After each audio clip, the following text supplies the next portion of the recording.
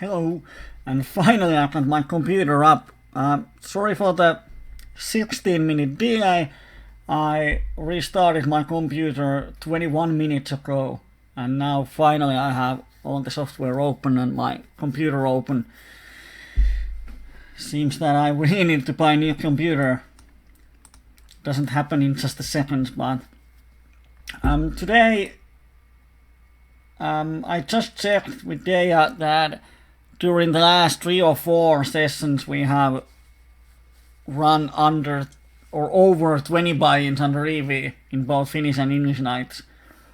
So I can remember 3 out of the 4 last sessions, and during those we have run 21 buy-ins under EV, which is quite a lot, but that's PLO.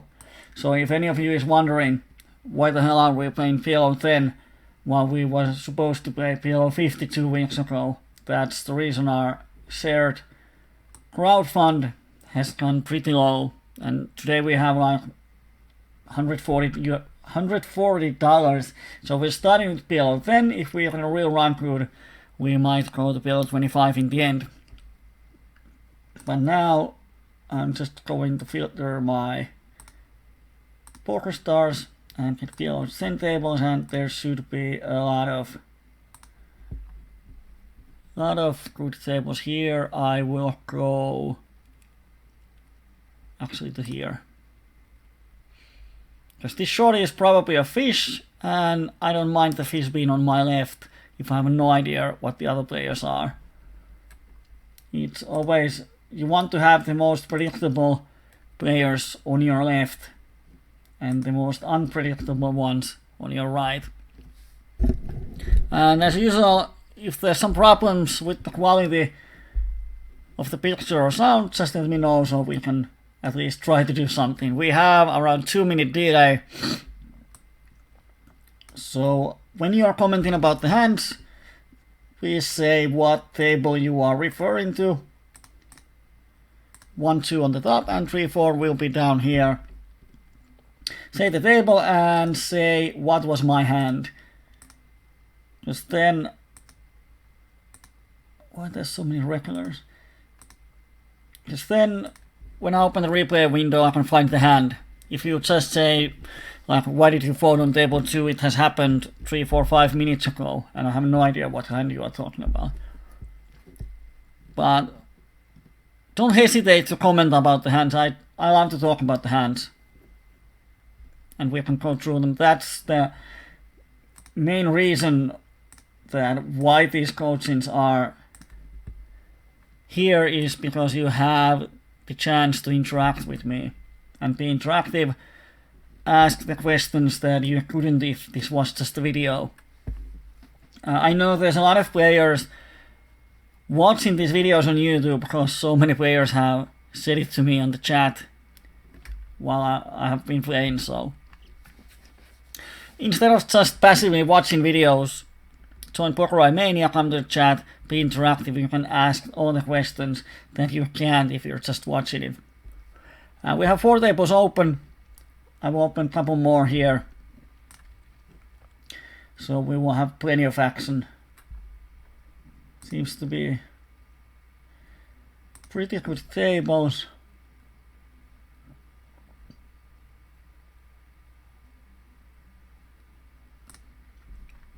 But let's start with this one.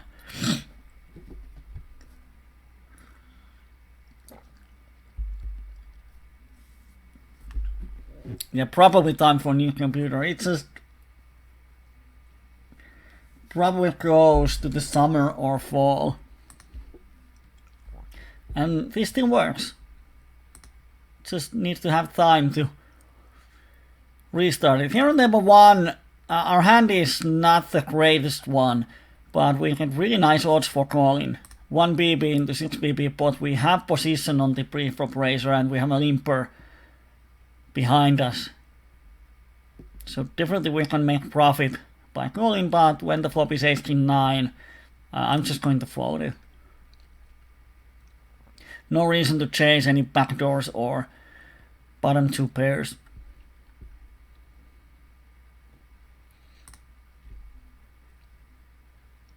And as always, I really can't comment on every hand, every decision. So if there's any decision that bothers you, like why do I open full pot with this hand and so on, just ask it in the chat, so I will open the hand and explain it truly. Here, this button crawls on the flop, and I'm going to make a bet on turn. And he folds. These kind of players often call the flop with any pair, any draw. So yes, he has the flush draws, but he has also some aces that have a lot of equity against me. He might have 5 or 6 that has a lot of equity against me. He might have whatever. So I'm just betting and making him fold. Some of the time he wakes up with the flush. He wins the pot, or he calls with 2 pairs. We have some equity against that, but often he just folds, so I don't have to face a tough river decision out of position. Here, both of these are unknown, so I suppose I can get away with the bluff raise. But the idea of raising here is that they can't call me without king or pocket sixes. And then they will fold a ton of their range. But when this guy calls, he probably has the king. So I'm not going to barrel him. And he shows me king. If he shows aces, it's okay. If he shows something else, it's super weird. And he has the king. But when I raise to 170, there's 177 on the pot. If they fold half of their range, I make profit. And that's something that against unknowns or people who doesn't adjust, I raise a lot of those paired boards. And here we have a wrap and middle pair. I'm just going to barrel. We have blockers to 7-8, so he shouldn't raise us often. And I'm going to barrel this river. If he has 10, he beats us, but he will fold if he has like 10 jack queen type of hand. And he shoves, which is super strange. Probably has ace 10 or something. So just going to fold. Or he has the straight and he's low plays. People do funny slow plays in micros. Here we have top pair, not flush draw. Probably going to check raise him. If I just call, there's not much value if the flush comes.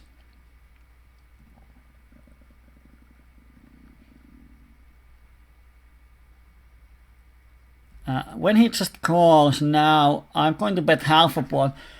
Often half a pot is a bet sizing for if I don't know what to do. Like if I have set, I might make a half a pot if I was a bad player. So he might raise me with his flush.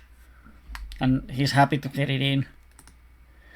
On table 2 we have the open-ender and overpair, but there's a pot and call, so we don't have much outs. So I'm going to fold it.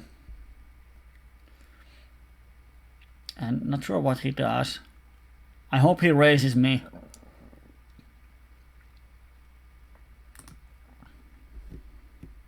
But he doesn't. He just folds, which is super strange. So probably he has some sort of 7, 8, 9. Or then he's just one of those players that can't fold aces until the board is really bad. Table 4, I'm making half a pot c-bet. Not sure if this Canadian greenie folds often, but he's going to fold at least half of his range. And if he folds half of his hand, we are making nice profit. So it doesn't work every time. When we c-bet half a pot, if he folds 1 out of 3 times, we make profit. And ace is actually good for us. If he bets, I'm not sure, because it's so strange. He shouldn't have a lot of hands. I'm going to hero call him. And he had a flop full house. And he slow played it till the end. That's the way.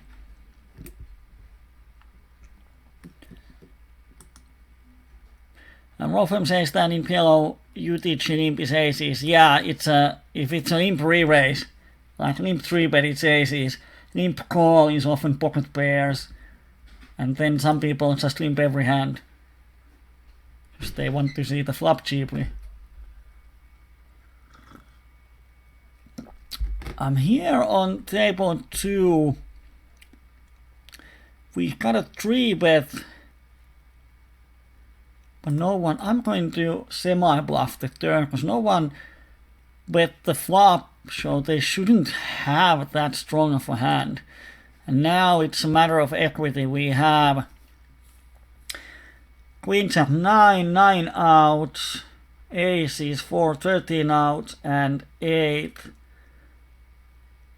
18 out, over 30%, so we definitely can. We need 20%. So we definitely hit the odds. And he has a set and a flush draw.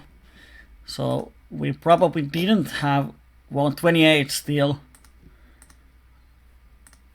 So yeah, we need 20% and we got 28 against the absolute worst case scenario. But yeah, he got it on the turn. I wonder why he didn't bet the flop with the set, but he got it on the turn.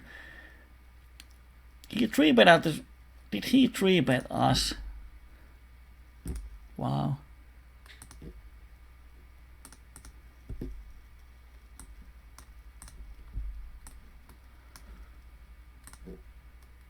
Yeah, he 3-bets us with pocket 10s, which is horrible 3-bet because he's going to just miss the flop so often.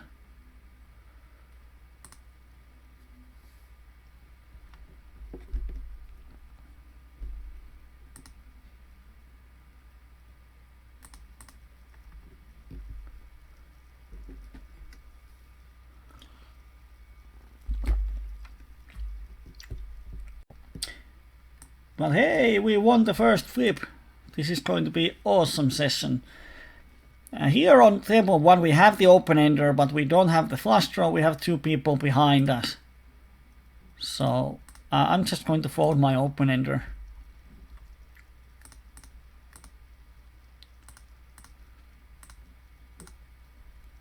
We would have hit it, but it's the bottom end that there's 2 flush draws. So even if we hit it here, we are not super happy. Because I don't know how many safe rivers there is. Not that many.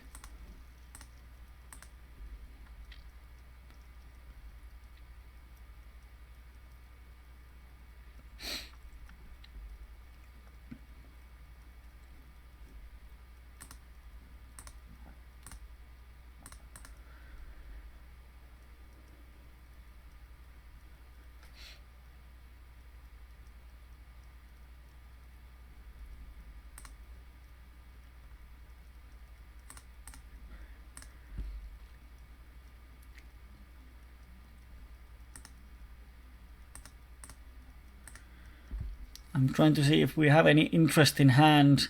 Here on table 2, we could limp in with half a BP, but there's this aggressive player behind us which probably opens a ton of hands. So I'm going to fold, and he folds. Ooh.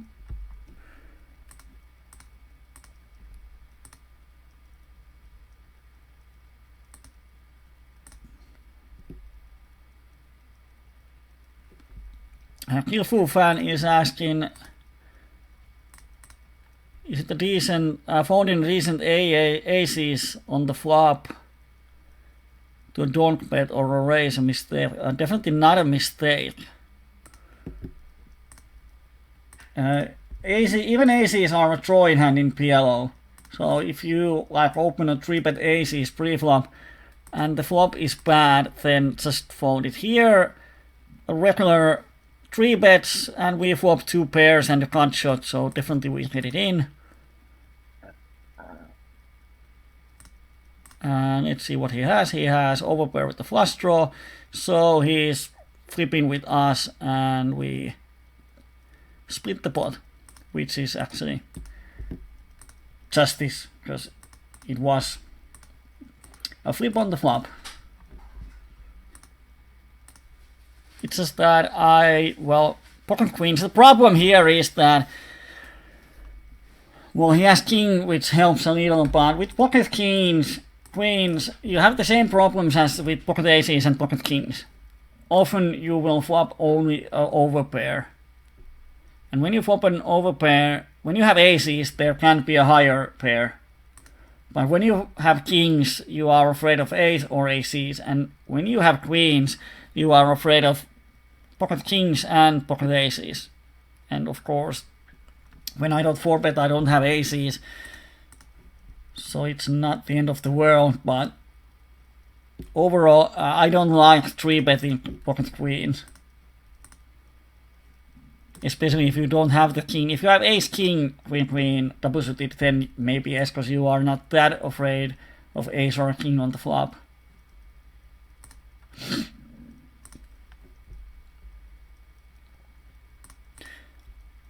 Well, it really depends on aces, like what the flop is. Is there any draws? Is it heads up or 3-way? And have you 3-bet or not?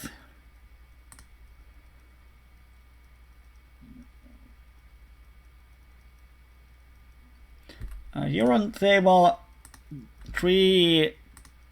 It's kind of situation where he calls the flop, checks the turn, and bets the river and half a pot. Yeah, he might be doing it with the bluff, but he's 40-0 over 10 hands. So I really think he has me beat. Hard to see that 40-0 without any reads is floating the flop with total air. If he has 5, 6, 7, which is only draw, he has the straight, so I'm going to fold.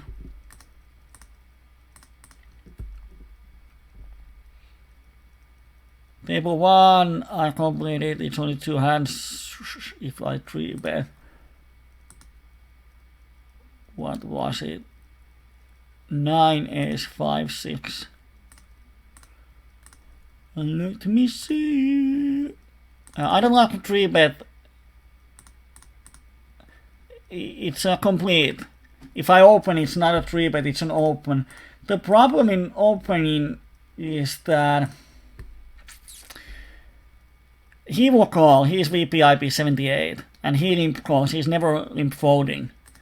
So what will happen is that I will have a 3-way pot out of position, and this hand often flops some kind of problems. Of course, we can open. We have no idea what this player is.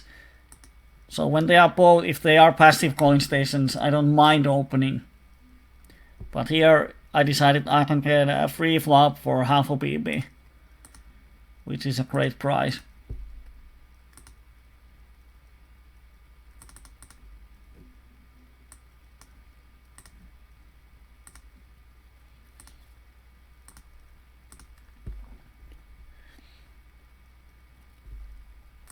I would much rather, when I have really small folding equity post flop versus these fishes, I would much rather open slightly stronger hands, or if I'm in position from the button. But out of position, I don't want to build up the pot when I can't control it as much post flop.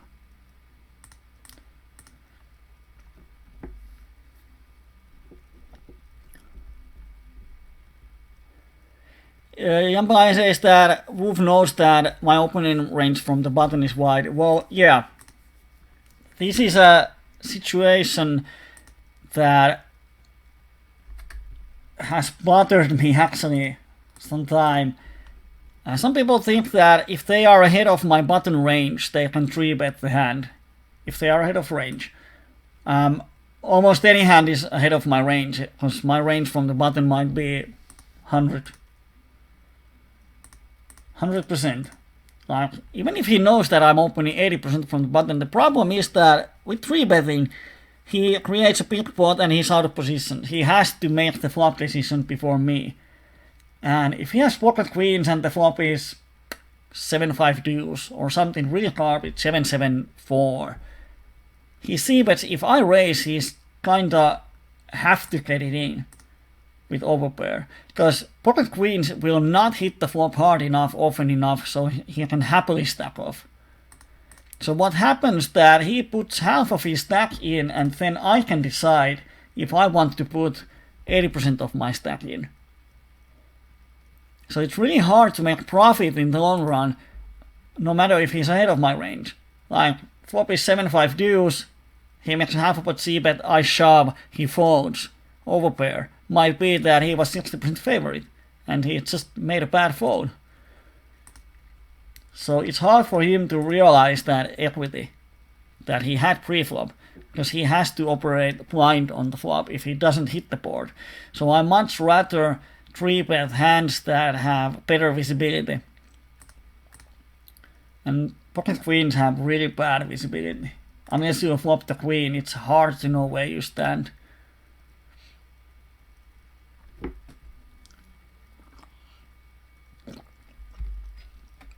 And this is a situation that good players shouldn't do. I don't see bet the flop. And if he's a good player, he understands that often I have a showdown value hand. Or I have a drawing hand of probably ace high flush. So when I check the flop, I'm definitely not checking it to fold the turn to 1-bet. And he bluffs the turn and gives up on the river. I think what he needs to do, if he wants to bluff the turn, he needs to continue on the river. Because I will often have a queen, aces, or kings here. Or even better if I want to be tricky. So if he just bets the turn and gives up the river, it's really bad for him. Here on table 4, I bet 2 pairs he calls, turn completes a straight, I bet he calls, so he probably has the flush draw. Or just an ace-queen type of hand, and there's no value in betting anymore. So I'm going to check, and he shows me 3 deuce. Well, didn't see that one coming. He calls me with the bottom pair, no draws. Wow. Probably a hold'em player. Comes to PLO and thinks any pair on the board is good. Nice hand on table 1, sort of hit the flop. Probably I'm going to stack off against him if he shoves. I don't want to 3-bet here on table 4 to isolate him, because I don't have a really strong hand and there's a limper, so it's going to be a really big 3-way pot.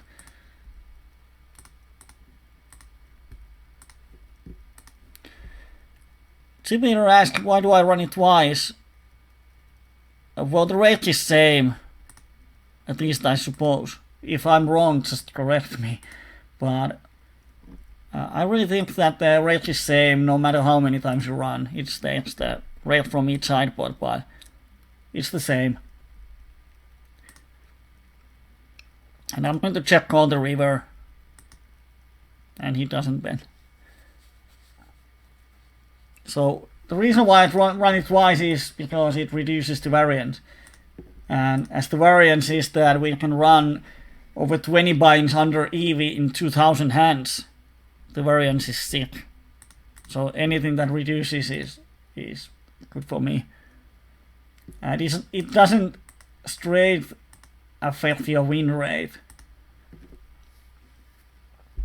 The only problem is that sometimes you might get a more value if you can deep stack. So instead of running it twice, you want to maximize your chances of making a big stack. Wow. We have a calling station.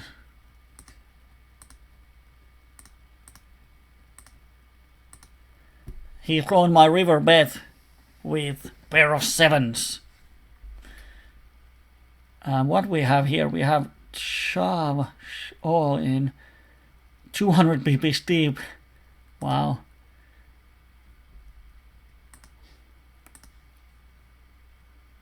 I'm definitely ahead of his range, so I'm going to 4-bet my queens, and then I just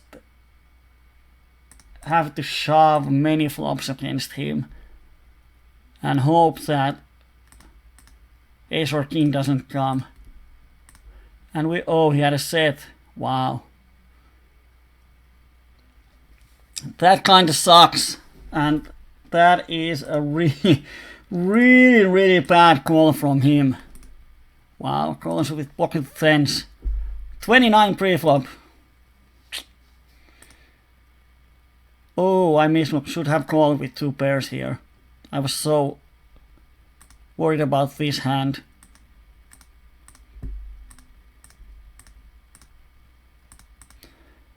Now, this is something.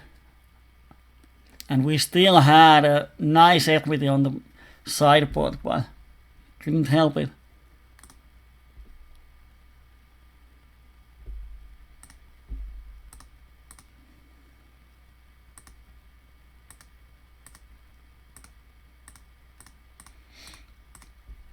Well, that kind of sucks.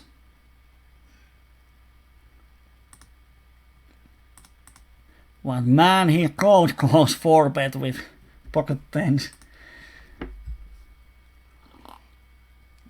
200 BPs deep. Now. Should be happy about that kind of players. Hope he stays on the table.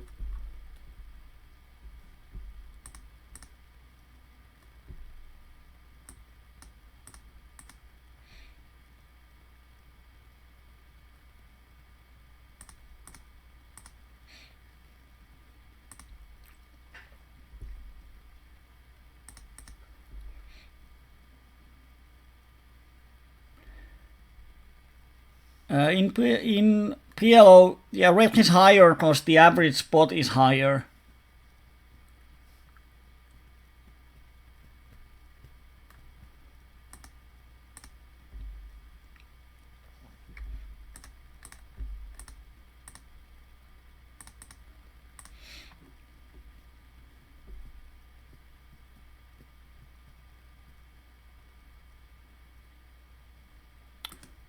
We have a lot of green players on the tables.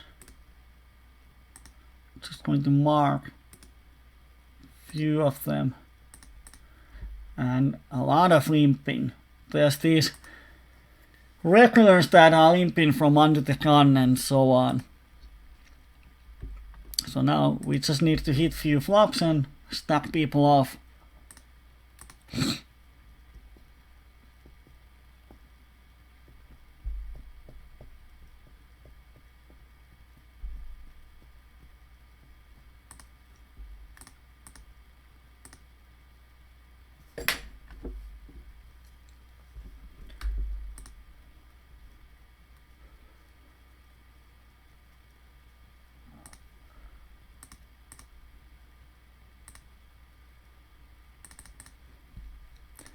This German guy is probably a player that just can't fold pre-flop. Loves pocket pairs.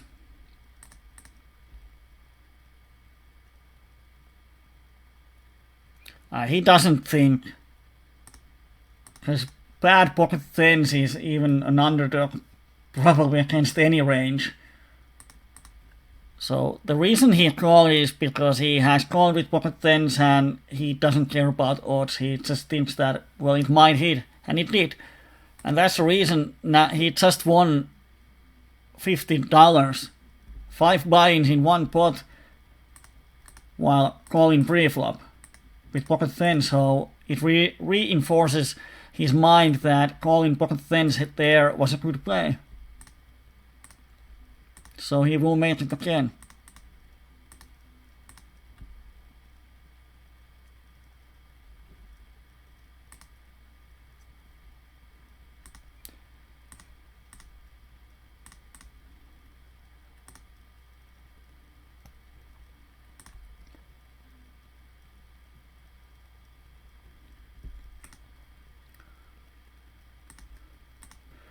And here he min raises me. We have a cut shot.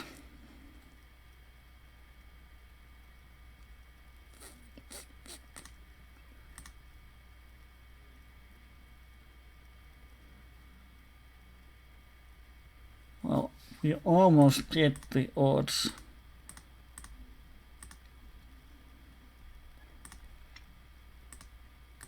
And if he has ace 4, ace 5, he's probably going to check it back.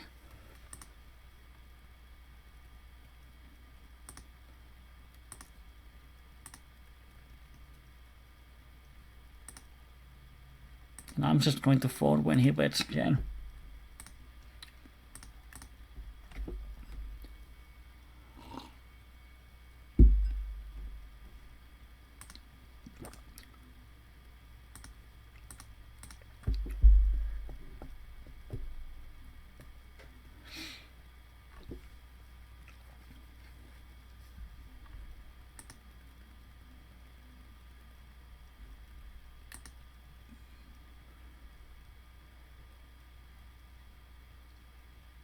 Now we just wait. We have double paired on the outside table. I'm going to open it here.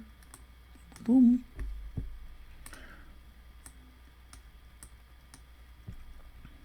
I really love double paired hands because they are sort of strong and they are quite easy to play. You can do a lot of stuff with them. And now he 3-bets. Let's see if we can get at least some of it back. Oh. Now the thing is, if they both have aces, I have the best equity. So I think we are getting the flip here. If he just calls, it sucks, because then they probably don't have aces both.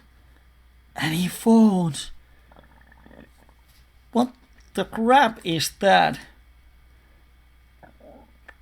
This guy is crazy. And we don't hit the set, and blah. What? Didn't even cross my mind that VPIP82 guy, after his first 3-bet, just folds. Oh, it's a different guy. It's not him, but same stats almost. Wow, he's bad. When I'm looking at these tables and see what the hell people are doing, it's just really hard to believe that when people complain that you cannot beat PLO10, it's impossible because of the rate. Come on, this guy almost gave us $20 for free. So,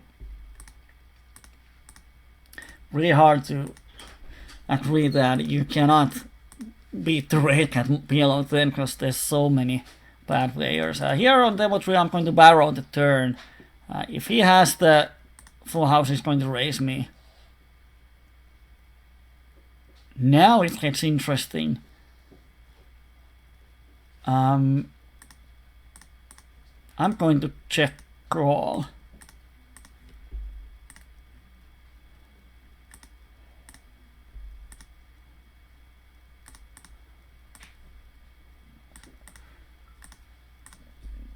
And here we have the straight on the river.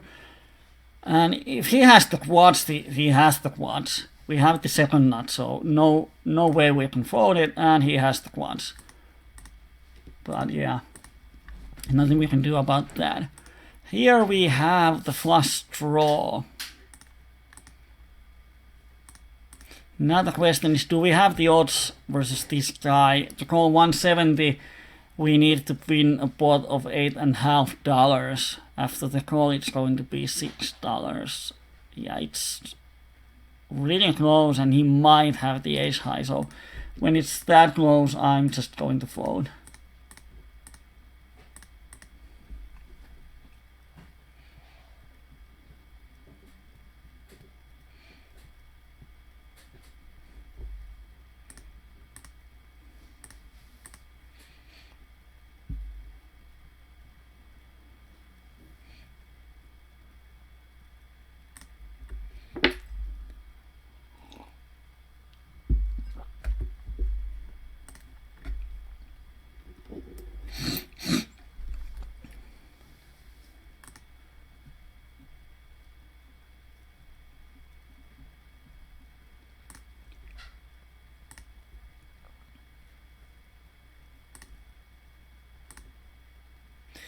Another German guy plays almost every hand, wins almost every hand. We have aces on table 3. Just opening pot because of this guy. He doesn't care about my bet sizing. Now the wolf is on almost every table. Wow. He wasn't on any table when we started, but now he's coming to almost every table. Yeah. Oh my god. 10, 15. Playing 23 tables. He's playing every PLO10 table with 14 and 0 stats.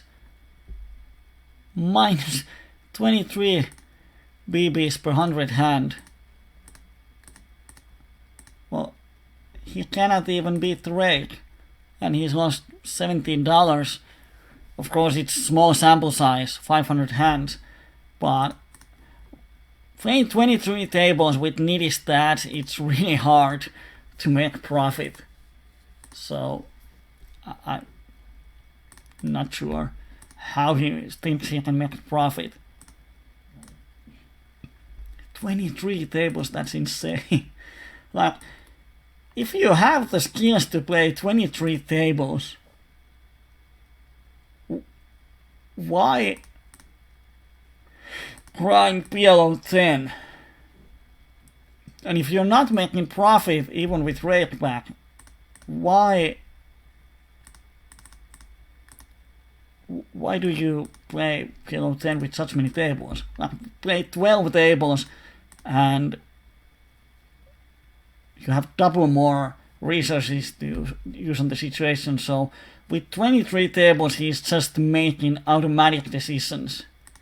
Here he raises, he has the straight. I don't think he ever raises without the nuts while playing 23 tables. You don't make huge moves with that.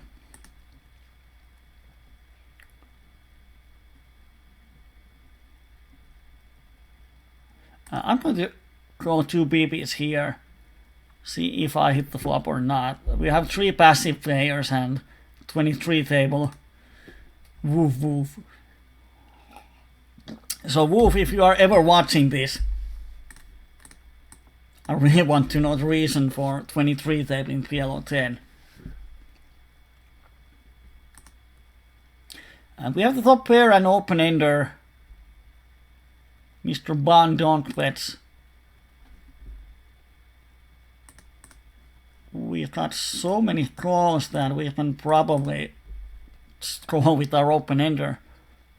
But here's a raise, so now we just fold the hand.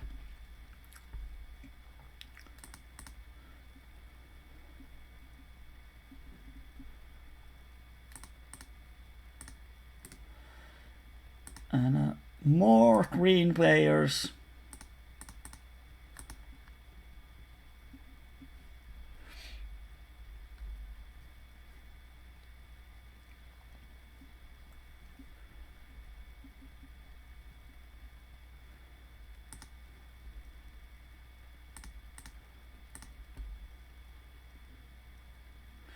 The funny thing is that might be due to Wolf's really tight pre-flop range, he folds only 40% on the flop. Which means that he most likely overcalls with pocket pairs. Just can't fold them on the flop.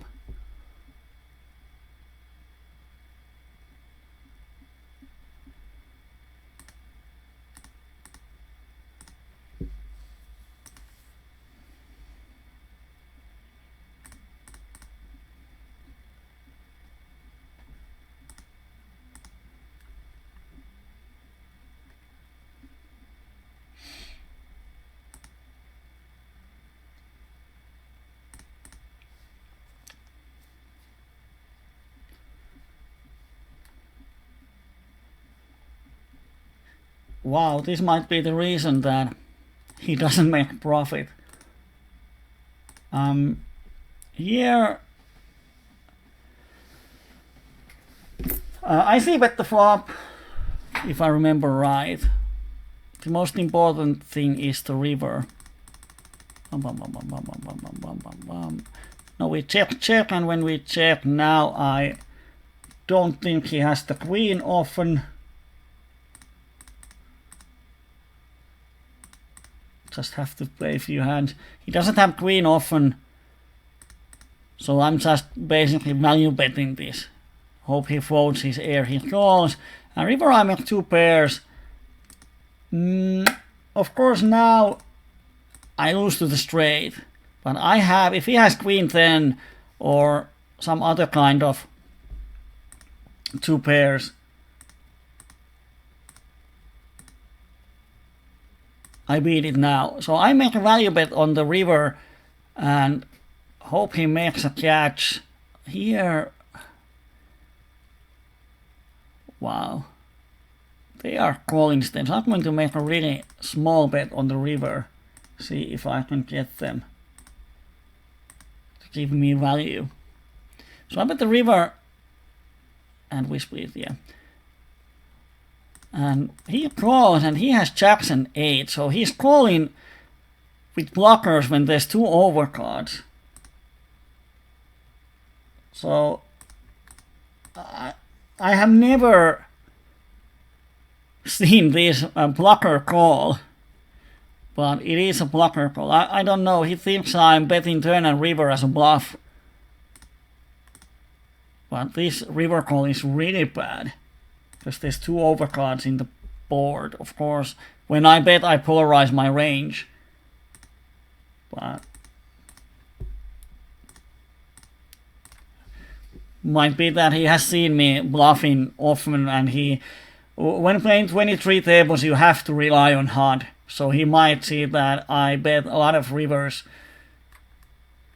So he might have a stat that when I bet turn, I bet a lot of rivers. He thinks I'm bluffing often. He makes a hero call, but that's the problem when you play 23 tables and rely only on HUD. HUD doesn't tell you on what kind of situations the stats come up with. Because there's always, if there's a flush draw on the board, it really changes my ranges and so on.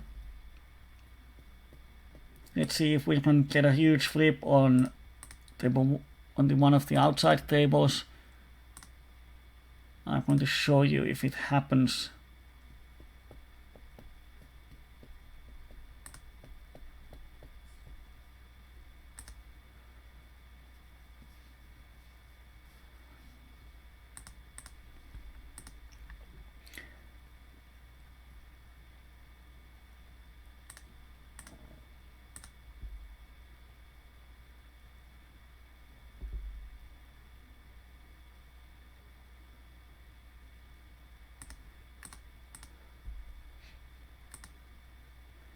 And the opponent folds.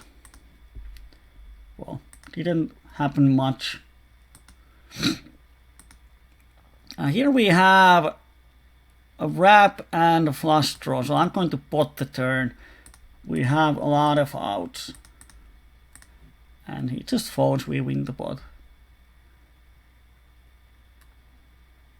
The funny thing is that Wolf 3-bets 3%. And just here he 3-bets this kind of hand from the button. Doesn't even try to win the pot on the flop when there's 1 big 2 low cards. Definitely should have c-bet the flop. There's a ton of folding equity. Because the power of 3-betting rundowns is that when the board is like this, he can make us fold a ton of hands. But yeah. Don't multi-table unless you are capable of it. If you are just playing with the HUD, it will give you false information on a lot of spots.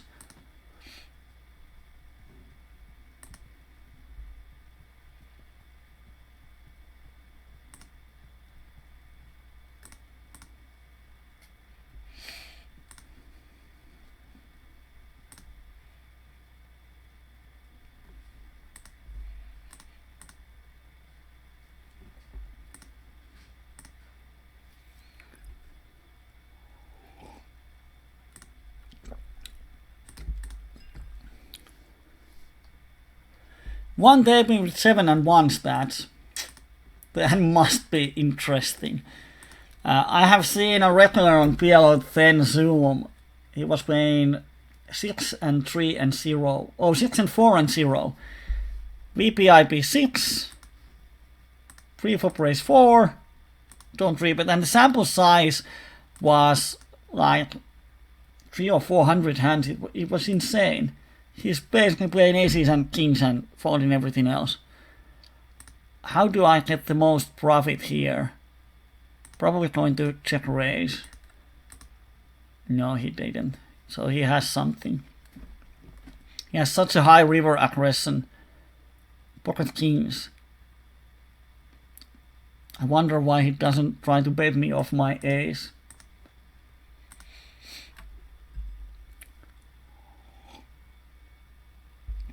Not sure. He has played a lot of PLO10 Zoom. I have no idea. I hope he sees this on YouTube and joins Poker Mania so we can talk about it. And as I said earlier, if anyone is watching this on YouTube and you are not a member of Poker Mania, why not join? It's free. You don't have to comment or ask questions in the YouTube comments. You can come to the chat and ask real time.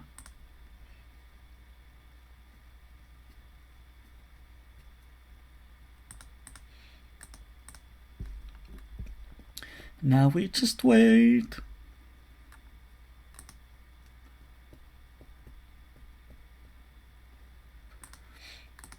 When there's a lot of these green passive players, it's kind of the game changes.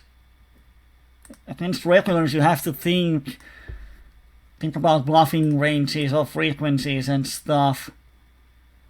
But when you are playing against these passive fish, you just wait until you hit and then you value bet like the shit out of them. And it can be pretty boring. You don't have to think much. You just wait and then you bet.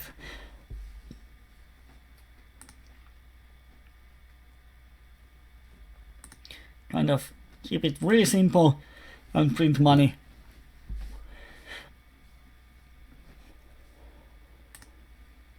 Now we got pocket kings on table 2. If no one 3-bets, we will have a nice big pot.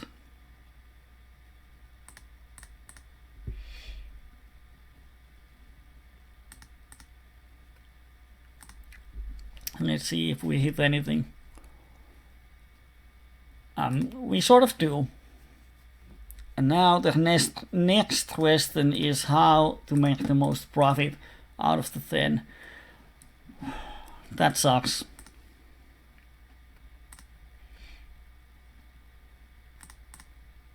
If here the fishmonger bets the river, I'm going to call because he shouldn't have a set. And of course he can value bet the flush. People do it. But more often he might have a misdraw. And he has the flush, which he value bets on the river, which is really strange because there's not much that he can get value from. I mean, the board is flush, it's paired, and he has the 6 high flush. Oh, he had a full house, sorry. Didn't see his runner on a full house. Oh dear.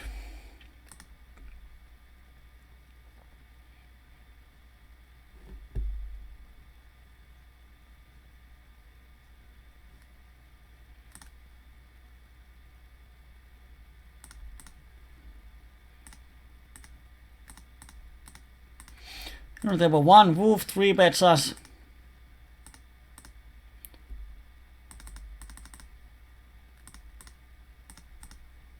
I'm going to call, and this hits his 3-bet range a lot if he has run down. But he cannot have the straight, and we have the wrap, so I'm going to shove on him. And if he calls, we are then probably flipping.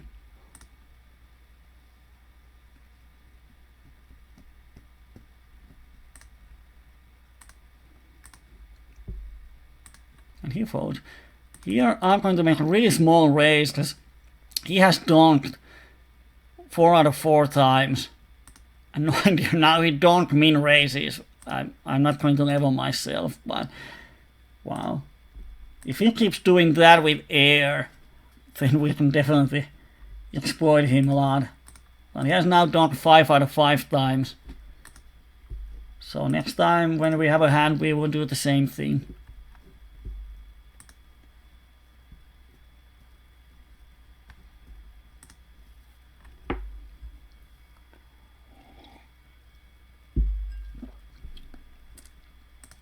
And the wolf's call with jacks when there's king and queen on the board.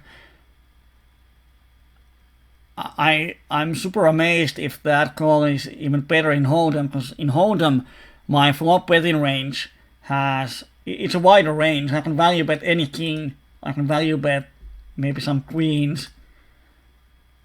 But in PLO, when I bet the river, it's really polarized.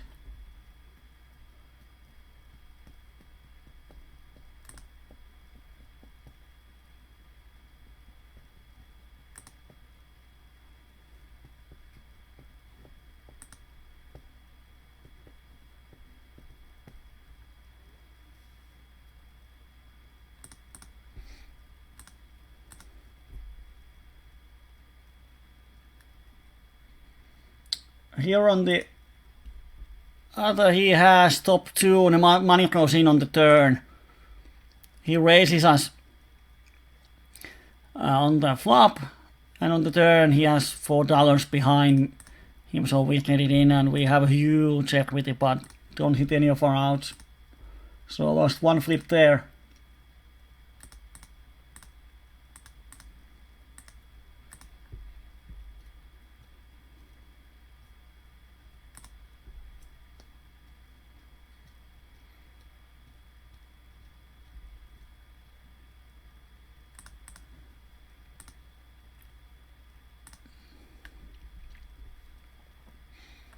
And as we have seen, wolf calls a lot up there when there was queen then 7 on the board. He called with a gut shot with the jack 8-8. So I'm not going to bluff him a lot. I'm just trying to value bet him really light.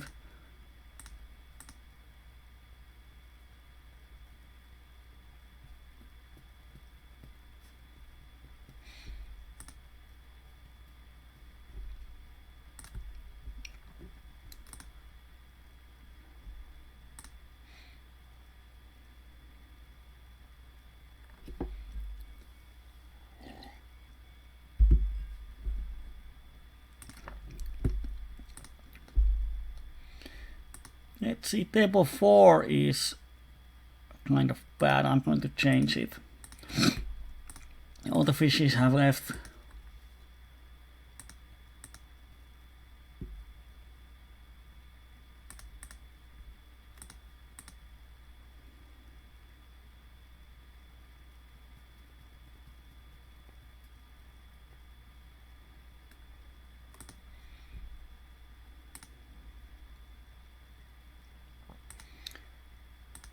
Two pairs on table 4,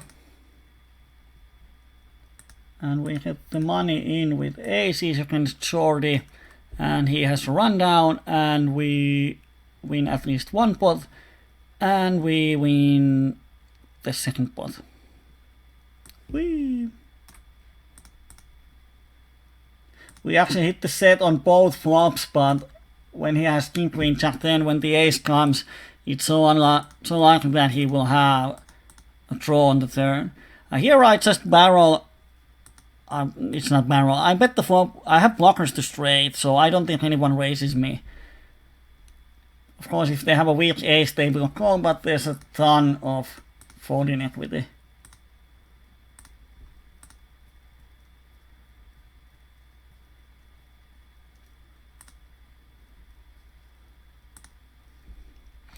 On table 2, no reason to 3-bet against the shorty. Let's see the flop. We miss it.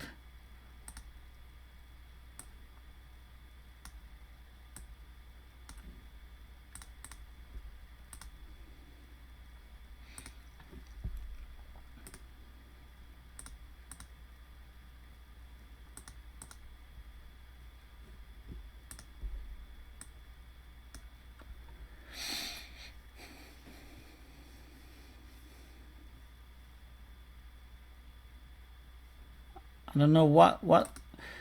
It amazes me that Guy is playing 23 tables and he has time to chat around. What happened there? He opens, there's a call. He bets, he calls. And he shoves. And he shoves too. And he has a pair of tens and flush draw. Wow. Sorry, I missed.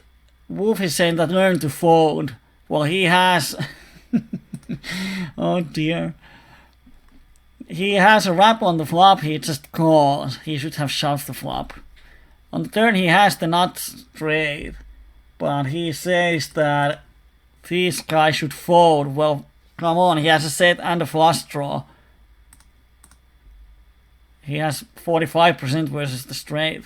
Or 40%. So, of course, he cannot fold. Wow, that wolf is... Well, in case he's watching, I'm not going to say what was on my mind. I'm just going to say that learn the equities before you call someone a fish.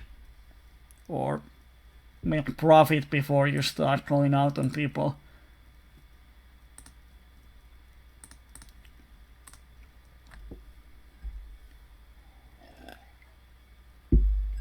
On the outside table, we have a situation. I 3-bet to isolate this Finnish guy. Both of these calls me. Cold calls 3-bet. Wow. And we flop 2 pairs and a straight. Second nuts with 2 pairs. So yeah, I'm getting it in if they want to.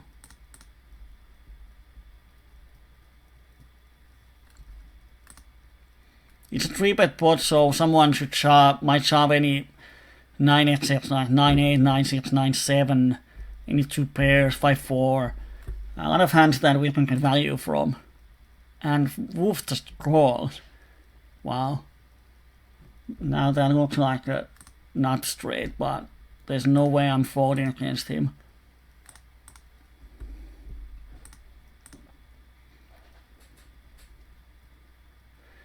If he folds a turn, it's really, really strange. And he does. I have no idea what kind of range he can call. Probably what is in his range is overpairs. Because that's how, if he's a Hold'em player, or when he folds only 40% to c-bets, I think that it might be a situation where, like on this flop, he has kings or queens, he calls, because he thinks that he has he's ahead of my range, so he calls. But he doesn't understand that even if he's ahead of my range, he cannot call the turn or river if I bet. So what happens, he calls a lot of flops and folds a lot of turns. So he's just burning money on the flop. We actually make the full house here on the turn against the fish. So we bet. Bet turn, bet river. When he calls the flop, he has something. Overpair deuce. Pocket sevens would suck. And now, when everything completes, we bet 390.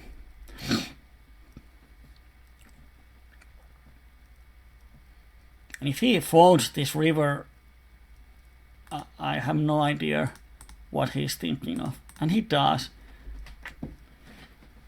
People have strange ranges. This is a good card to barrel. If he calls, we still have some equity, but he's going to fold a lot of flush draws. Might even fold a weak ace. And now, as I said it, he's probably going to raise us. That's what happens always in these situations. Here we have aces with the flush draw, definitely stacking off versus these guys.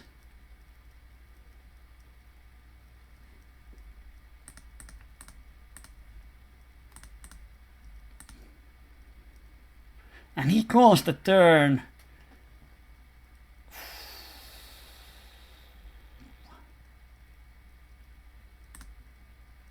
I'm going to barrel the river. If he has like ace king, it's hard for him to call unless he's on calling station, which might be the case. But we are probably not going to win the pot when he goes the turn. He has something more than just the flush draw. So I have only aces and nines. So I just bet the river and make him fold a lot of better hands.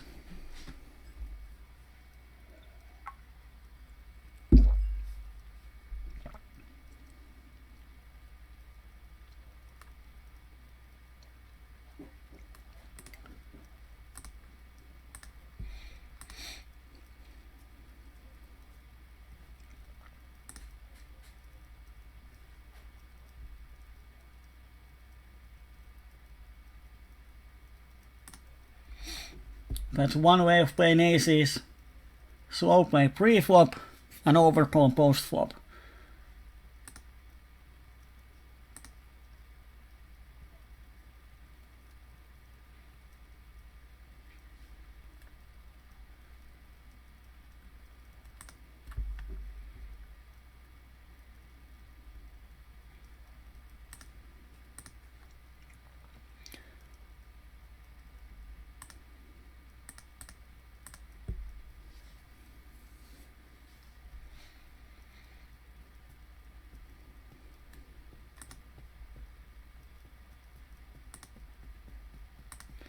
Oh, we make the straight on table 3.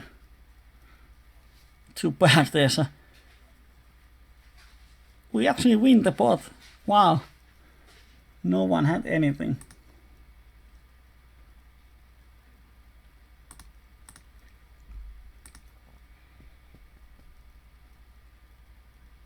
Oh, he's so tight.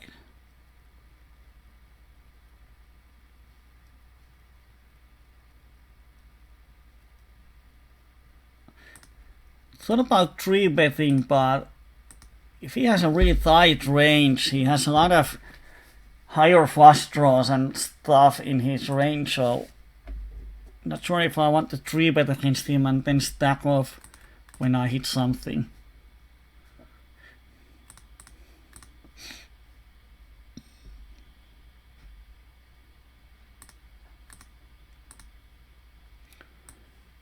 On the outside table, we have premium aces, almost one of the best ones. On the button we can make a big 3-bet. If he folds, I'm going to stack off versus this guy. If he has aces, we have 46% now. Of course we don't hit it, but we were flipping on the flop. And here, oh dear, we have 2 backdoor flush draws and a cut shot versus... I'm going to check back, see if the turn improves me, and it kind of does. Let's go to showdown.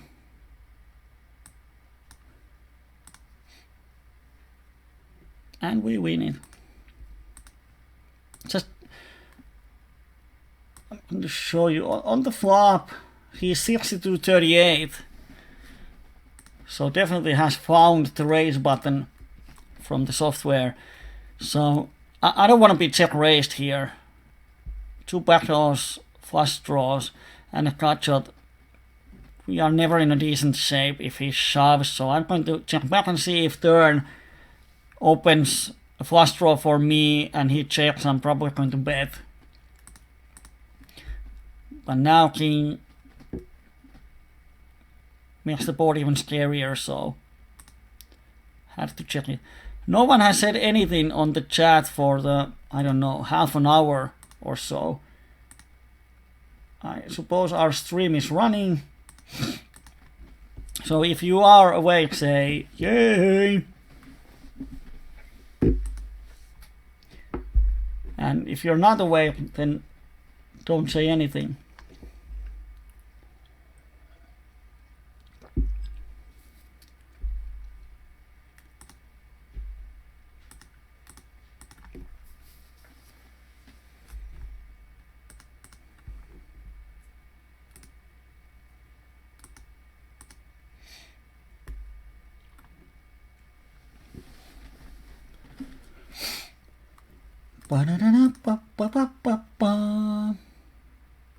Well, I'm going to stab the pot on table 1 when he checks the flop.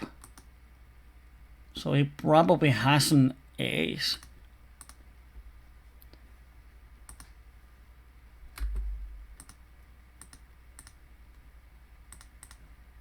Yep.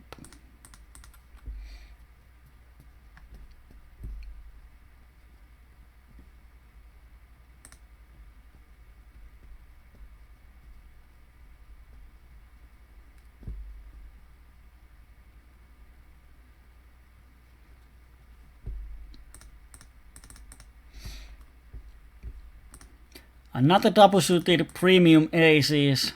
Wow. And we just can't get him to spaz out.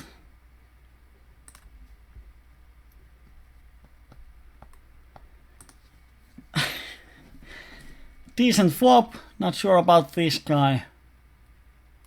I'm going to make a slightly bigger c-bet because he's a calling station. He's going to call me with the flush draw anyway. And no action. Boo.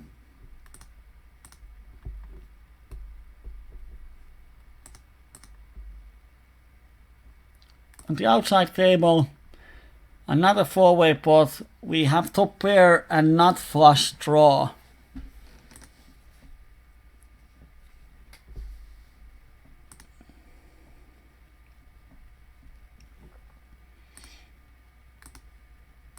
One option is to don't bet here. Almost a min bet, min raise. 45-0, wow. Well, with our flush draw we can definitely call here. So I don't want to raise and maybe get it in versus a set or 2 pairs. So if the opponent offers me a plus EV call, I'm going to make it. It's always important to remember that to make money in poker, the only way is that you make less mistakes than your opponents. So on the other way around, to make money in poker, if you can force your opponents to make mistakes, you win money.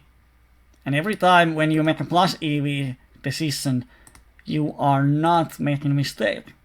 Which means that when opponent, like if he has a top set here, and he min raises there, he just gives everyone huge odds for flush draw. So anyone with the flush draw doesn't make a mistake.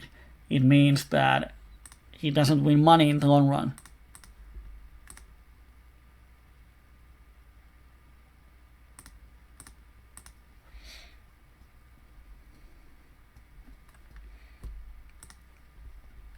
So if thinking about raising there, probably we get it in as a flip in a best case scenario, or we can make an absolute plus EV call.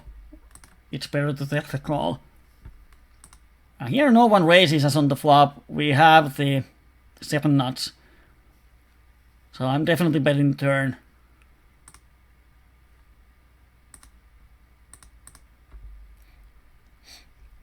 And now Nuttert calls us.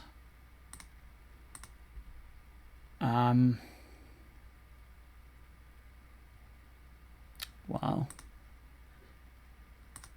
I'm going to bet. If he has a set, he might call me. If he has a queen jack, it's really strange, because why would anyone call the flop with pair queen jack? And if they have queen jack 9, they have the nuts with the redraw. So I bet there. If he calls a turn with the set, he might talk himself to call the river. So at least I give him an opportunity to make a bad call. Rolfham says it's hard to find questions. Well, you are not trying hard enough. You can always debate about bet sizings or my actions. I don't even claim to be perfect. So, as we have seen, I make a lot of mistakes at the table. So, question everything. I'm going to value bet the turn versus this guy. And then we have almost the nuts. I'm going to pot the river, because if he has a flush, he's going to call me. If he raises, well, I can't fold. But it's a sin. And he folds. No idea what he had. 1 pair, 2 pair.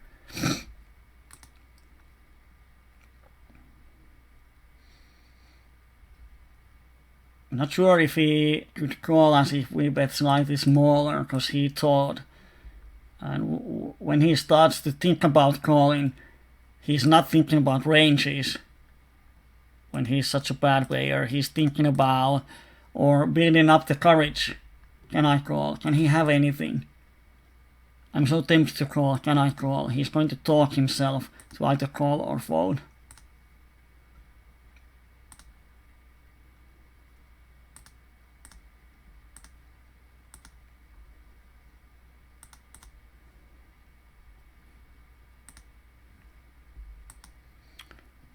And now the question is, can we make him fold?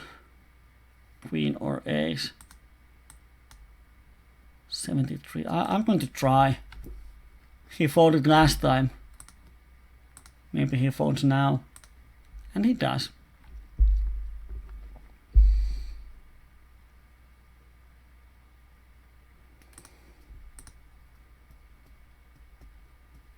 Of course, this win at showdown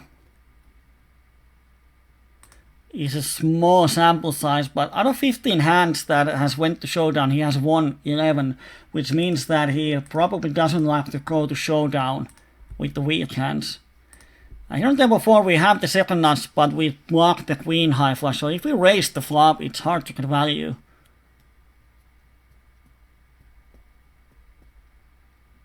And I'm going to make a min raise and just hope he calls with some kind of weaker flush, or the only way here to make a huge profit is that we can get Wolf to call something. If he has like set when he calls the flop, if I just call, he gets the odds for his set, but if I min raise, he doesn't get the odds, but it's hard for him to fold if he doesn't understand the equities. And according to previous chat discussion, he has no idea about equities, which is super strange. He's playing 23 tables PLO and has no idea about equities.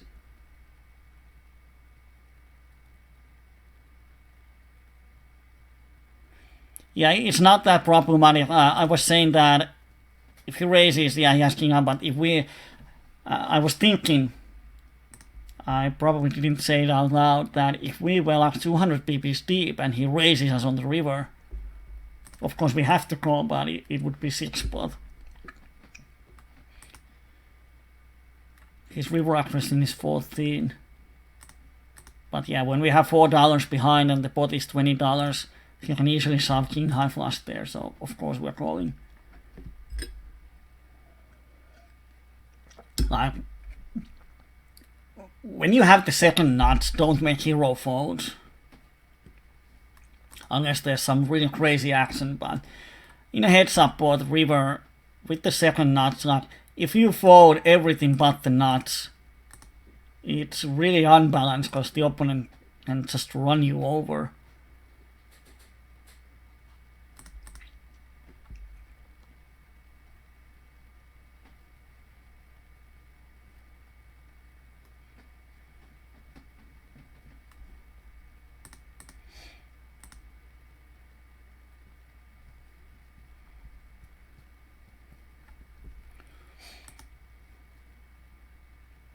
Great hand.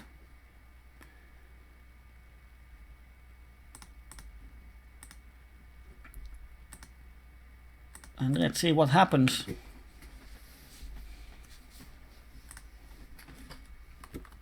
And we flop top pair, definitely enough to value bet against this one. And he's such an unbalanced player that I'm just going to pot it when I value bet him.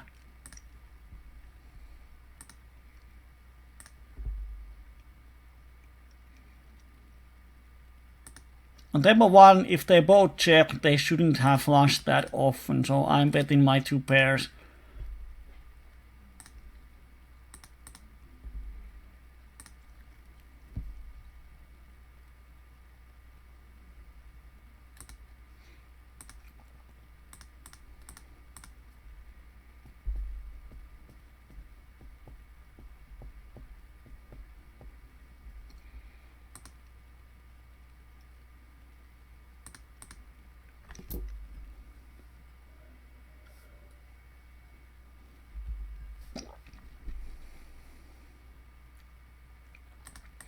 Three pairs and open-ender.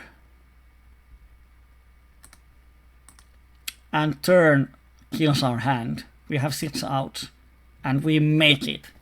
We have the nuts. Do we know? I'm going to make a small raise and hope he calls with the flush. And he does. With the queen high flush. This is how you make money in PLO. Like, his call on the river is a huge mistake.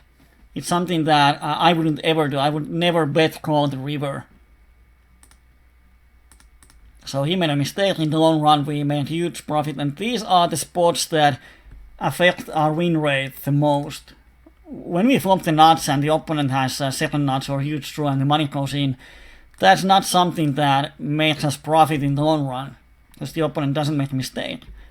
And often in the big pots, if the money goes in,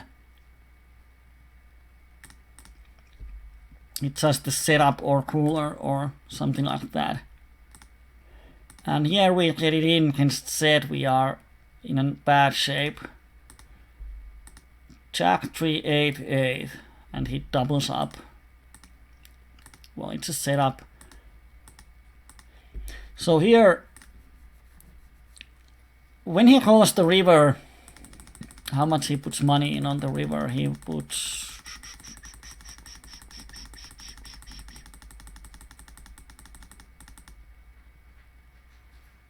He calls 11 BBs on the river. So that is definitely an 11 BB mistake.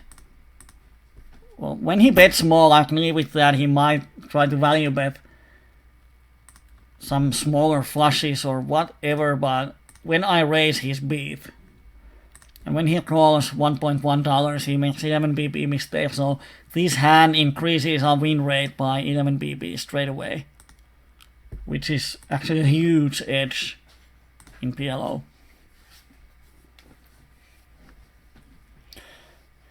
I hope that Wolf is watching this. Or don't. It's just, when he's on the, now he's left all the tables, maybe he was watching the stream and got upset. He just came here and played like an hour, 23 tabling and left. We have the nuts, and we have almost the nuts. I'm going to bet the river. If he raises, I fold, but at some point he is probably going to start calling us on the rivers when we bet every river.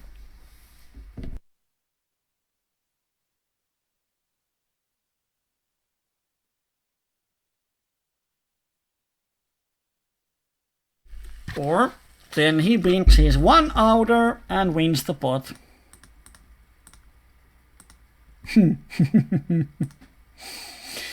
Oh dear.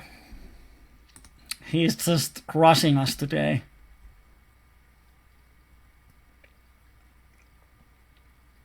The thing is that when the Wolf is 23 tabling, we don't have a lot of edge against him. Probably the only way we can make money out of him is that he calls a lot of flops with hands that doesn't improve by the river.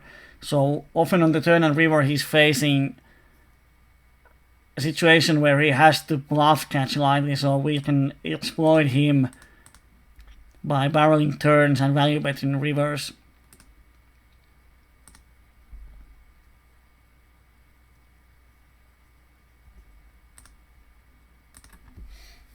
But we are not going to make a lot of money out of him. And when he's sitting on every table, he takes up a spot from one of the green players. So I don't really mind him if he gets a better one and starts to play 4 tables.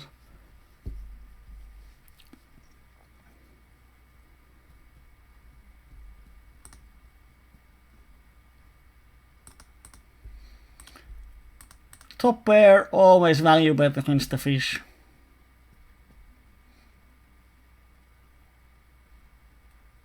Nice hand on table 4.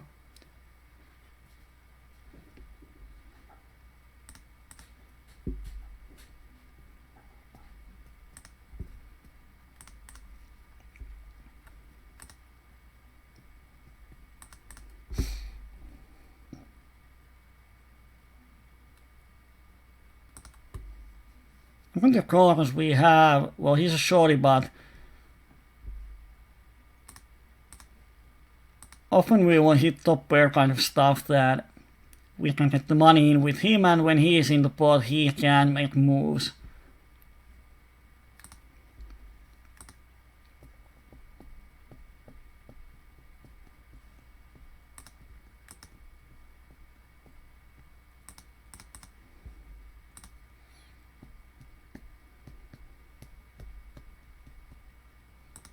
Playing 90% of the hands, folding 18% on the flop. He doesn't want to fold.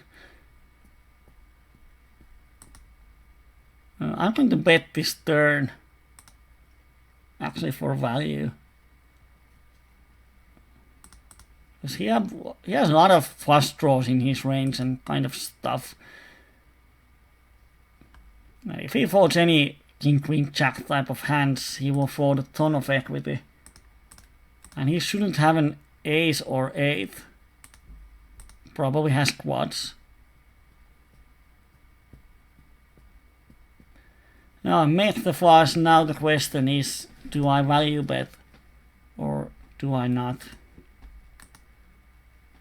And he don't spot. Wow, I'm out.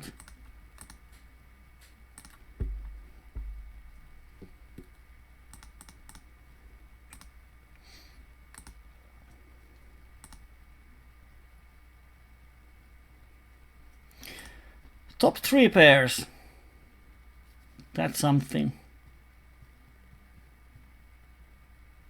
And he donks half a pot. He's actually been donking 2 out of 9s.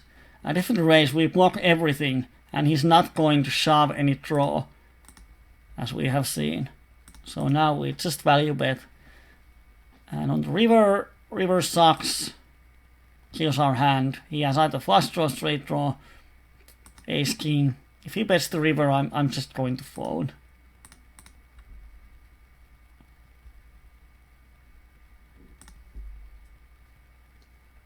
And he had an ace high flush draw.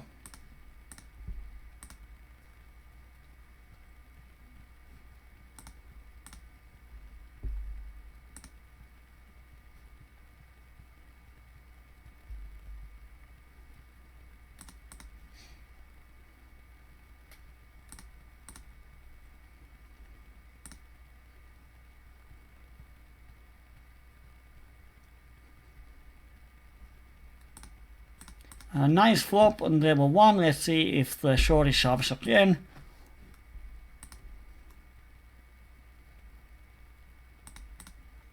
No, he doesn't, so I just put the turn and hope he folds.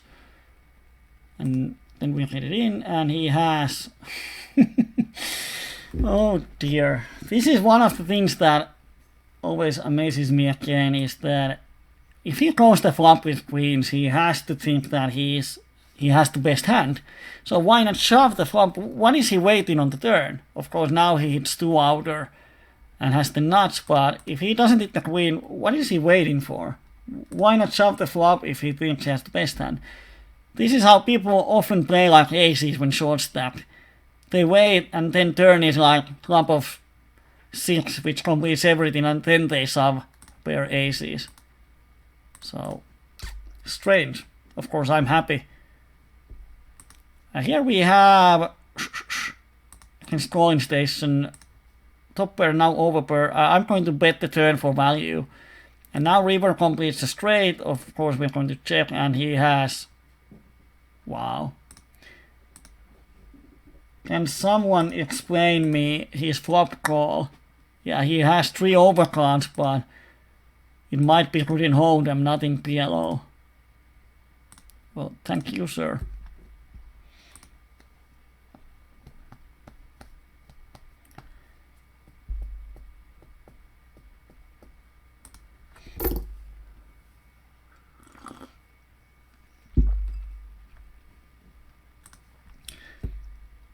We have 28, 26, 18, 17, 23. We have profit on a lot of tables, so at least for the moment it seems that we have a profitable session. We're going to end in about 5 minutes. I have aces on every table. On here, on one outside table, I had aces twice in a row. No action, neither one. Let's see what happens. Oh, he's opening only 4%. Should not have 3-bet, but we got lucky and hit the set, and he doesn't 4-bet. So he has such a tight opening range. 1 out of 24. He probably has overpair often. No way I can fold against him. He shoves. 6-9? No. Pair of queens and the flush draw.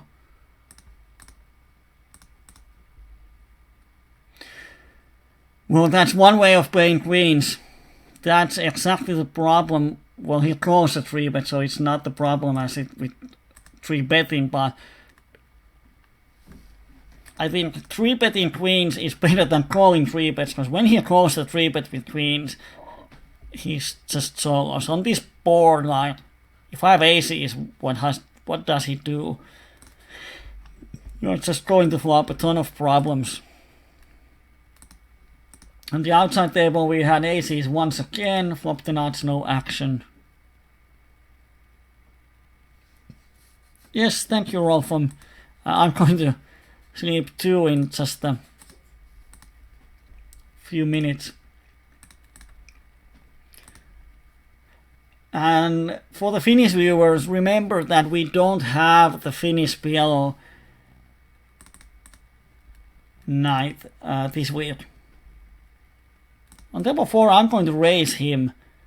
He would donk this turn with a lot of draws, so I'm just going to raise him and get value from draws. And I don't see there's much value with the straight on the river, because he's only going to call us with full houses probably here. And we're splitting. Wow. He called the raise. And yeah, flush draw and the straight draw. And he's a fish, of course he's calling.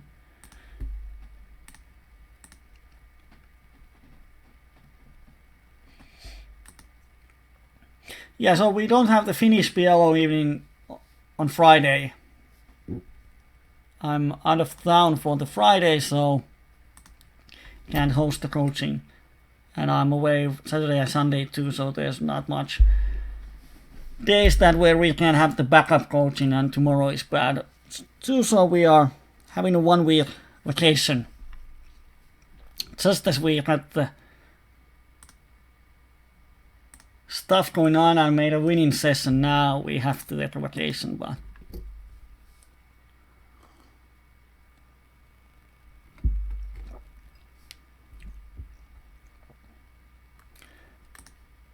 what is the magic key for people to get rid of the bad Hold'em habits? Well, that is something that often when having private coaching, people transition from Hold'em. It's just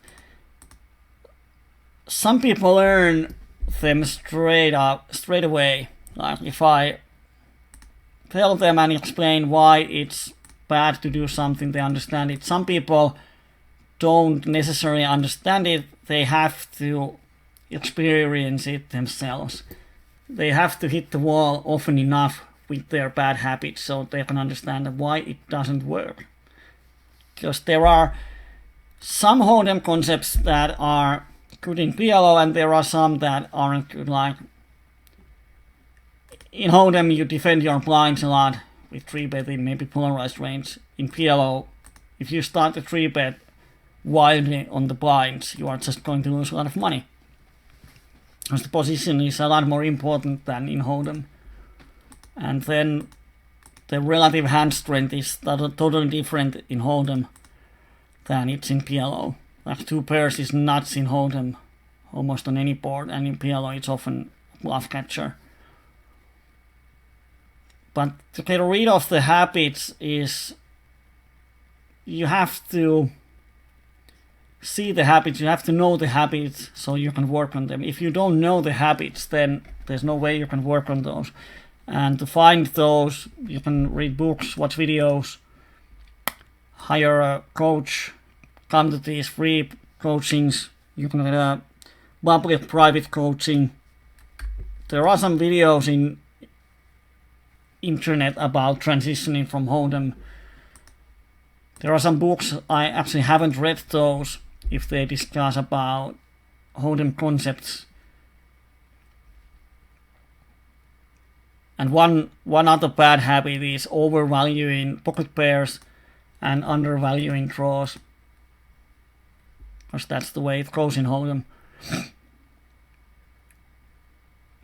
Folds 100%, so we are going to see bet almost any flop.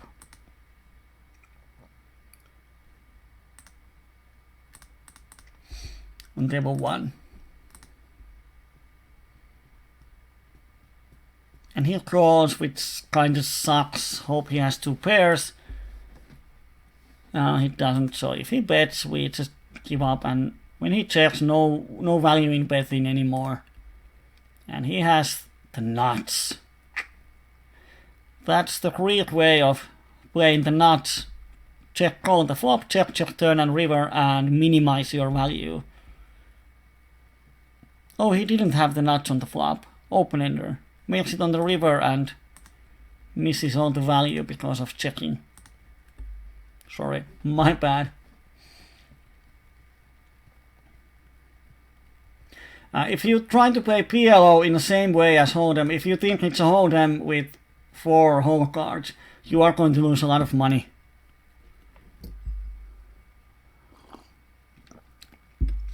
But if you understand PLO, there's a lot of money to be made. Like PLO10, internet says that it's impossible to beat the rate.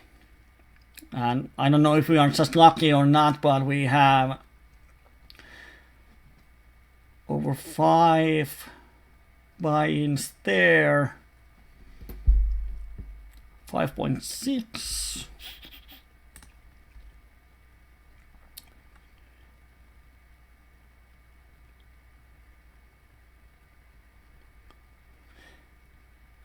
We have 13.5 buy-ins in 7 tables. So on average we have 200 BB stacks on each table. We might have been lucky, but as we have seen, there's so many bad players on the table and they are making so huge mistakes that anyone who is saying that it's impossible to beat PLO 10 or micros, he has no idea what he's talking about. And here on table 1, table 2, I make a really small 3-bet. So I probably get a lot more value for the set, but when the board is ace-king, I'm not representing aces against 2 calling stations. So when I totally miss the board, I'm just giving up. Yeah, he had ace, he would not have folded it on any action.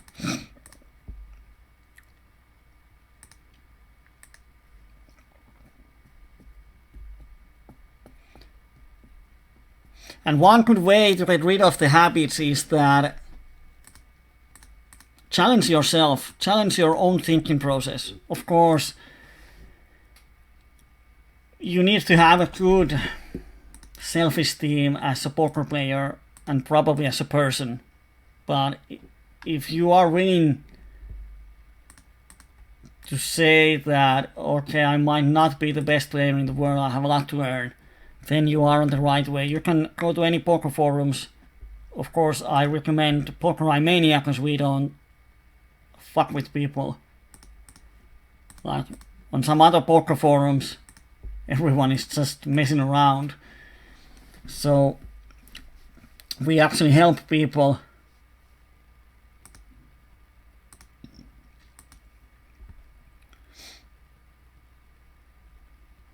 So what you can do is that you can post in PLO section about the concepts that you think that are good in PLO.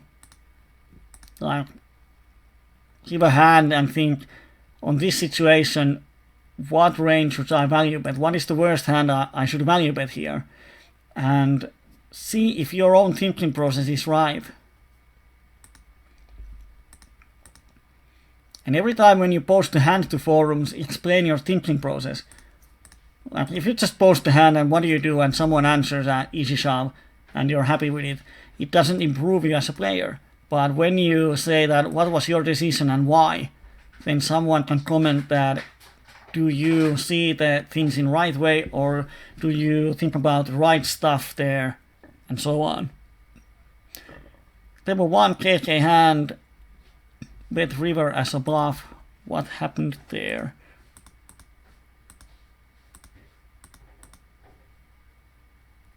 I'm not sure because the reason why I don't like the river bet is because I checked the turn and he's 42-0. Doesn't want to fold. Flop bet, yes, when he calls the flop he has something here. Of course he might have 6-8, but he often has 10-8, 6-8, makes a straight, 2 pairs sets, maybe some weak overpairs of some kind. But when I check the turn, he knows I don't have the straight. So when I bet the river, no matter how fish he is, he's probably going to call that one bet. If he has 2 pairs, he doesn't want to fold it. Try to make him fold on the turn. He's flush draw, but he calls. So now we make the straight on the river, probably check back and see what he had. And he called, wow. This is another example of why Hold'em players lose money in PLO. Because he has overpair. Like in Hold'em, pocket kings would be pretty nice on this board. In PLO, he's just bluff catching and he has a bad bluff catcher. Because some of the time, he might be throwing 2 outs. And there is only 2 river cards that he can value, but all the rest he has to check call or check fold. So when he calls the turn, he's hoping a lot. And when you start to hope in PLO instead of knowing it's profitable, that's why you lose money. Like now, he got lucky. If he didn't hit the jack, like if this is a, let's say it's 7 of diamonds, I bet the river. Can he call? If he calls, it's really brave bluff catch. If he folds, he burns money on the turn. So that was a bad play. I'm going to mark him. And when he's a tighter player with green, it means he overcalls with pocket pairs. I'm going to close the tables now.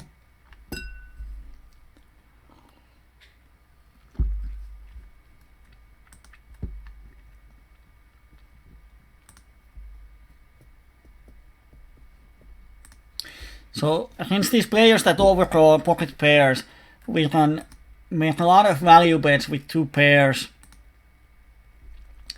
And every time when we actually have a hand on paired boards, we can bet slightly bigger. Because their calling range is so wide compared to some other players.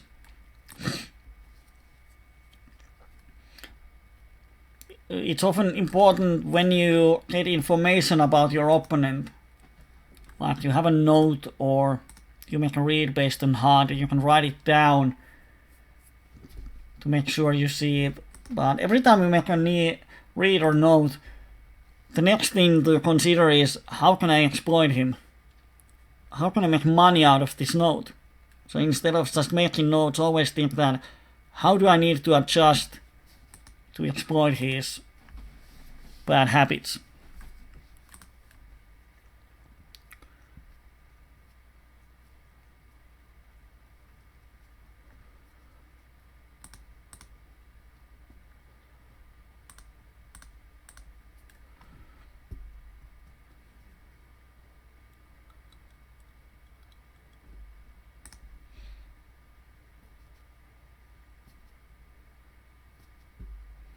Okay, before, let's see what happens.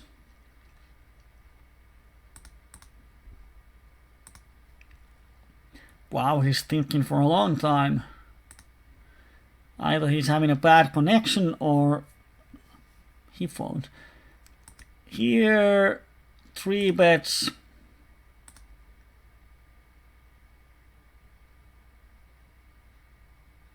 One out of 6 times. I don't think we have a lot of value in 4 betting him. Let's just go. We have a great hand. Let's see what the flop is. On the flop we have 2 pairs.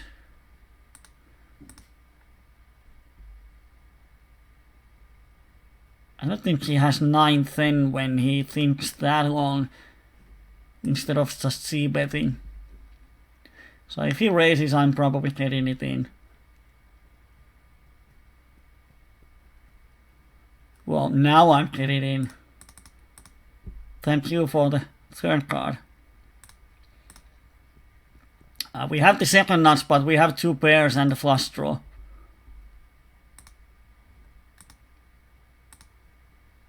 And he folds. Thank you. Here, he's c-betting, he's a regular. Let's make a small raise that I would often make as a bluff too.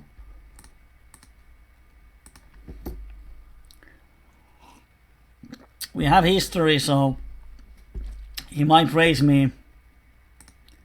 So when I actually make this, I'm just going to get it in. If he has ace-10, then so be it. And he has pocket 6s, but we have 26%. We don't make it. Yeah, it's kind of unlucky, but I have raised him a lot on those paired boards. So at some point, he knows that most of my range is air often. And when I actually have the trips with a good kicker, I'm just getting in and queen 7, 6, 6. It's kind of really lucky for him that with these crappy hands he hit the flop and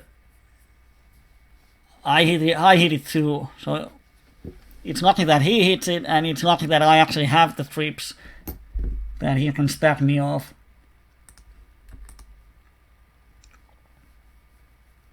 But still, the thing is that if I have anything, if I don't have the pair, I have 40% on the flop. So when he shoves pocket 6s here, he is often 60-40 favorite. So in EV he doesn't win that much. And with this hand he's just going to lose a lot of hands. A lot of pots. UTG open queen 7 6s, 6-6 with the regular. I have no idea what he's thinking of. He's another multi-tabler, but he has opened 20% from the UTG. And if he's a good regular, he should have some sort of ranges as a standard opening, but when he opens this garbage from UTG, it just amazes me why. Or then he's just a really bad player, but like here, his stats are regular stats, so, and he's marked red, he's playing a lot of tables. But still, that UTG open with queen 7 6s is horrible. It's beyond horrible. It's like, it's impossible to make profit from the UTG with that hand. Now he got super lucky.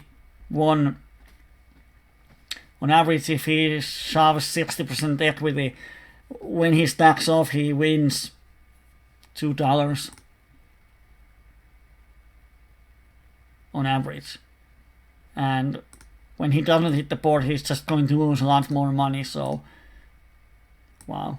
That's one of the reasons why it's so easy to make money on PLO, because even regulars make really stupid plays.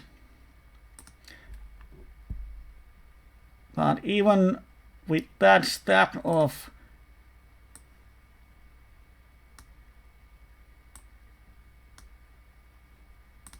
we have. I wondered why there isn't a drop in the end, but this is from Zoom on normal tables. Oh, we were going to make $25, but in the end we made $11. EV20, so running one buying under EV again. Maybe someday we will run over EV. Here is the huge drop. Let's see what our EV is in that hand.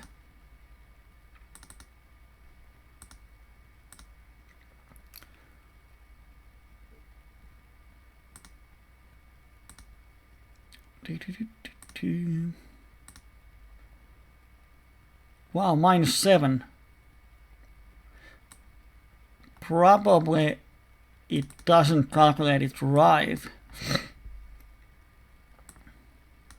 Because main pot we have 21 pre-flop, it's a 4-way, so slightly minus EV there. Yeah, we got it in on the flop so badly on the main, but it calculates it from the main pot. And 36 on the flop, yeah.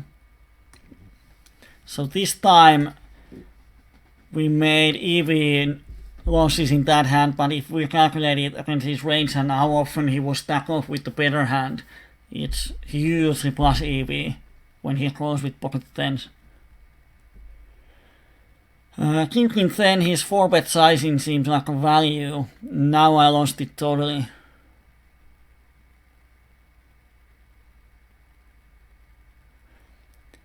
Yeah, his 4-bet sizing, I don't really look about his 4-bet sizing there, because I know I'm going to stack off.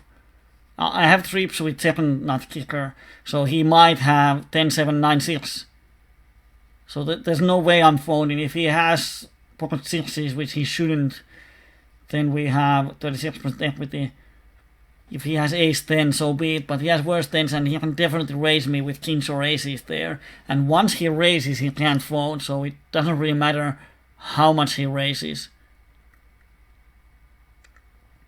And I have no idea about the sizing. Earlier today, a really similar spot, a regular bet re-raised with pocket kings when the board was like 7-7-5.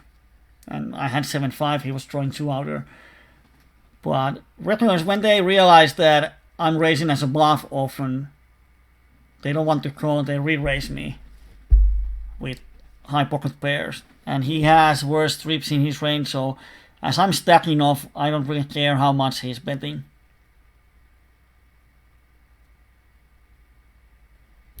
And I don't think anyone or someone does, but most of the regulars and those multi-tablers are not going to re-raise me as a total bluff. They are often, of course, re-raising with pocket kings is a total bluff, but they think that they have equity with overpair. And the board was 10-10-6. I would never raise 7-8-9 there, because I have equity. Why would I raise it on the flop? So they think that kings, aces, they have a lot of equity. Against my raising range, it's as good as air often. Of course, they have 2 outs versus trips, but it's kind of set up. He had a full house, I had trips, 100 pp's money goes in. Nothing wrong with that. So, one buy-in profit, it's better than losing week after week. And here is nice 5 buy-in profit after the big loss. So without that one, it would be a nice graph. And of course, in the end, we lose some, but it happened. Now it's time to go to sleep, and I will see you on next Wednesday. We don't have coaching on Friday. And for those that are watching YouTube, don't watch this on YouTube. Join Poker Mania and watch it live. It's better that way. Poker is like women. It's much better to play them live than watching them in videos. Thank you and see you next time. Bye bye.